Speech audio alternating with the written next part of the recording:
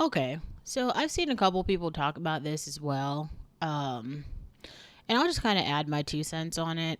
So I saw that Candace Owens made a video that was about the Jay Z clip that has been being tossed around about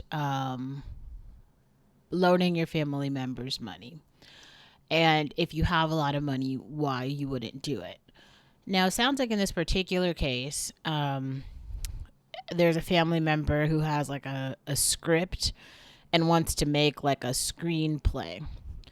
So this person is an artist. Now, I'm not saying artists aren't real career paths, but I've talked about this on the channel a lot as a person who's been in art school for their entire lives. But the main difference about that is that I never expected like art to pay my bills. I just never really expected that because it has just been shown to like not be true.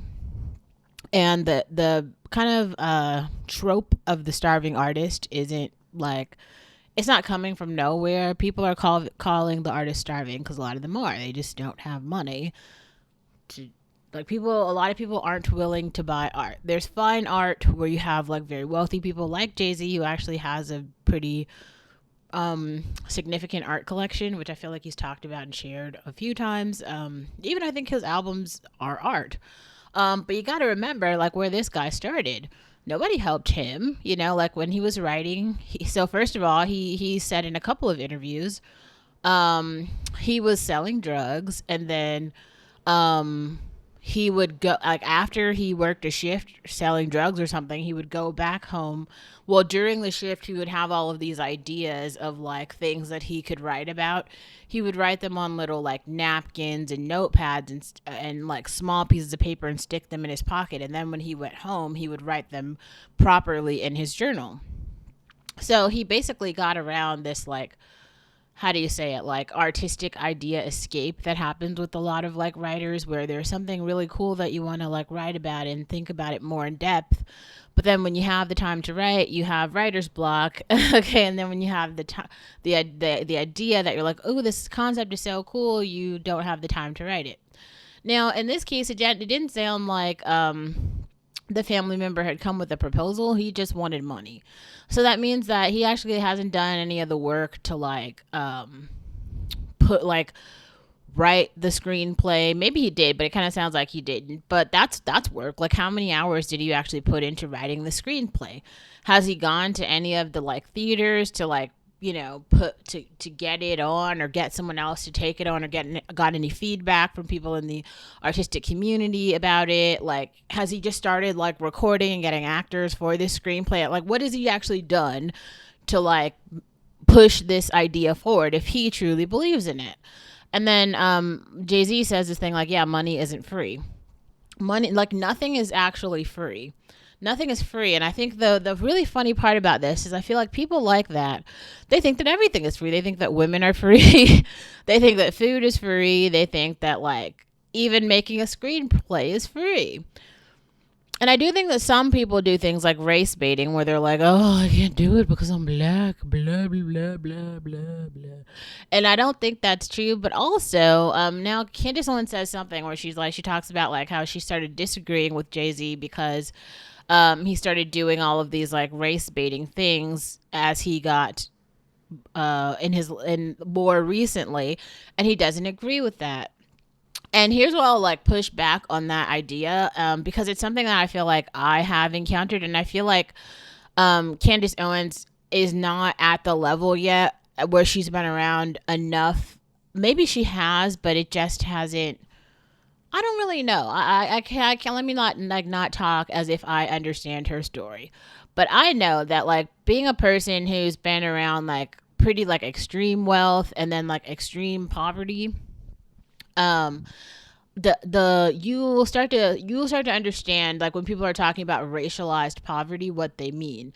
And Jay-Z grew up in extreme poverty in like Brooklyn, New York, and I think that like one of the really interesting things about him having his musical how do you say it? His musical demo thing at the Brooklyn Library. The cool thing about that was it was this coming home moment of like I started here.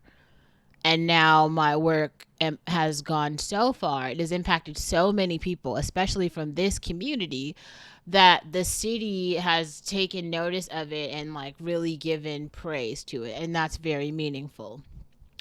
We've actually never had anything like that happen. Like usually all the monuments and stuff that happen are people who've died. So like let's that's a thing. That's a thing. Anyway, so that's just something to think about. Oh, and I do remember on the Renaissance tour, Jay Z specifically, I don't think Beyonce did it. I think Blue went with him a few times, but they, when they would hit each city in America, they would go dine at a black dinner, like a black restaurant, a black owned restaurant for dinner. And it brought a lot of like advertisement to that restaurant and increased the restaurant's business. And they just kind of like randomly picked a place and then just, did it. That's something like a normal person can do.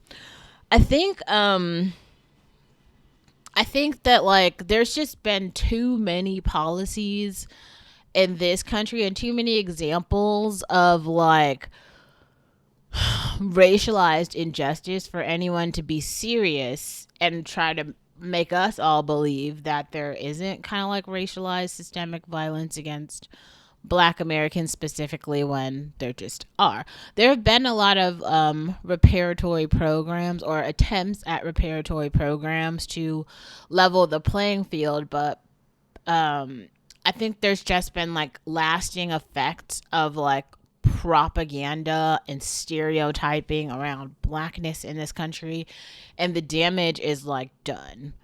The damage is done, and also like the people are done. That's the part that really like I think people don't understand. Like, um, being born under the circumstances that some of the rappers were born under are they're not just like difficult because of poverty. Like they're difficult because an entire community, like all of the other people in that particular area, group, housing project, are all dealing with kind of the same socioeconomic violence, poverty problems. Like an entire community. I think he said his building was like 100 stories tall. Like that's 100 levels. 100, not just like 100 families in the building. There's probably what, like 10 or 12 families in one building. That's like 1,200 families. How many people? What's the average number of people in like a lower income family? Isn't it like 4 or 3? It's like 5,000 people in one building, all dealing with extreme poverty.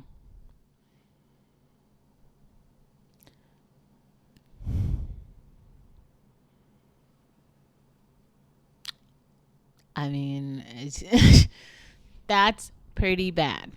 That's pretty bad. That's like really, really bad. And I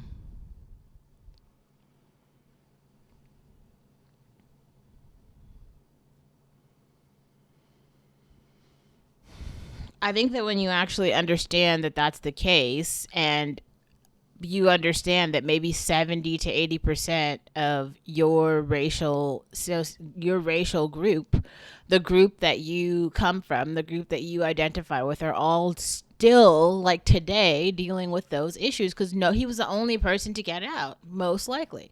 In his building, he's probably like one of the only people who's like even remotely, like, he's very successful, but most likely everyone else from that building is dead or in jail or on drugs on the street somewhere. That's the reality. That means like no, it's like the Hunger Games, District 12. Nobody survives. No part of that is funny, and I think that that's something that Candace Owens just doesn't understand. Yes, there's this idea that everyone can pull themselves up by their bootstraps, but you got to have boots. And also like there is a lot of work that goes into racial socialization in K through 12. And if you are not growing up in a middle class not everybody is living the life of like The Simpsons. And as much as we can like laugh at it and think it's like commentary, or even like Roseanne. Okay, people in the projects they're like below Roseanne, and Roseanne's like super poor. That's like kind of nutty, but that's the reality.